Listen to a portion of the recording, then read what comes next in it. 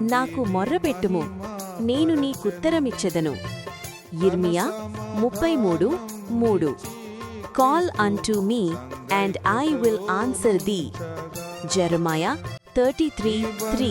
రుధిరం కార్చి యేసు తండ్రిని మహిమా పరచన్, తన సమాధానం విచ్చి క్రీస్తు సంగైక్యతలో నుంచగా, నెమ్మనముగా వాహటముగా ఆరాధించి మ్రొక్కేదన్.